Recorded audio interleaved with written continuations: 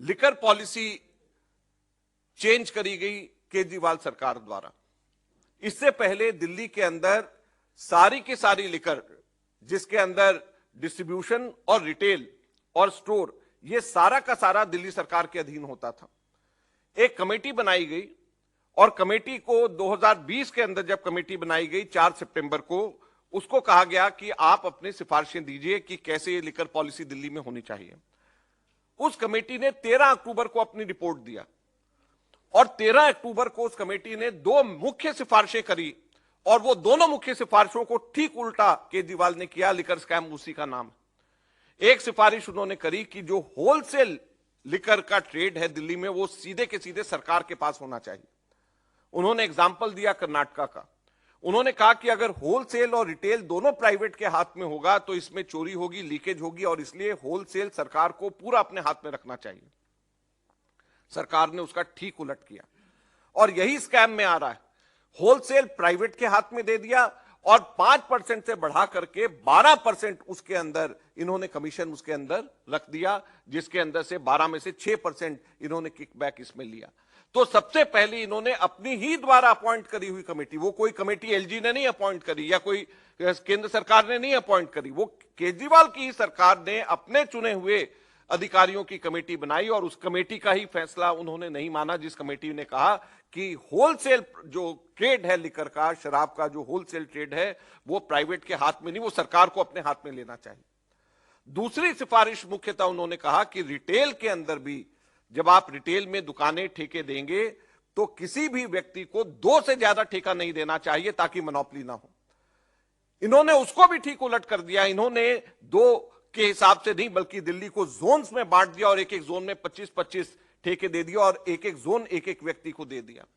लिहाजा हुआ ये कि मैन्युफैक्चरर्स ने नाम बदल करके होलसेल में आ गए, वही ओनर्स हैं लेकिन नाम बदल करके होलसेलर में आ गए, और नाम बदल करके वही होलसेलर रिटेल में आ गए और मोनोपोली कर लिया और लीकेजेस कर लिया।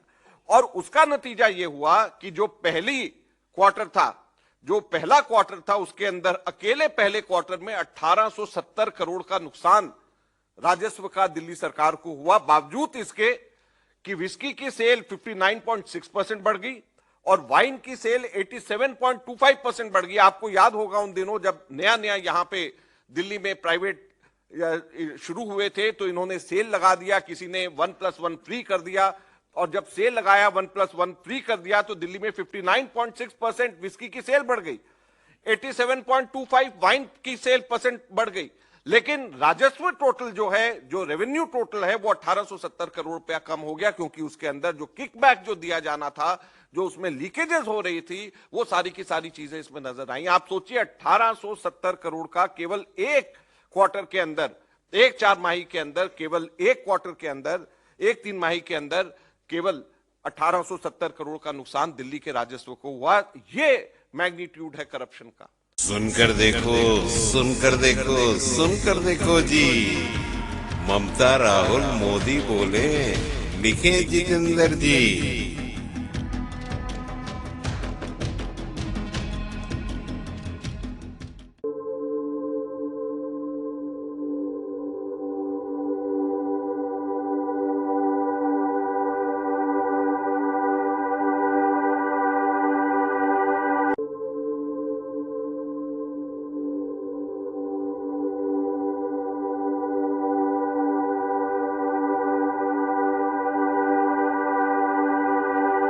घटनाक्रम जो खबर बन गया, जिसका सरोकार है सीधा, दायित्व हमारा, आप करें वो दीदार। कार्यक्रम ऐसा जो देगा भरपूर जानकारी, देखें, सुने और पढ़ें। सदीनामा रोजाना बुलेट, सदीनामा रोजाना बुलेटिन का संपादकीय विशेष। सब्सक्राइब करें, कमेंट्स करें, क्यूटी काटें और मेंबर बने यूट्यूब चैनल सदीनामा।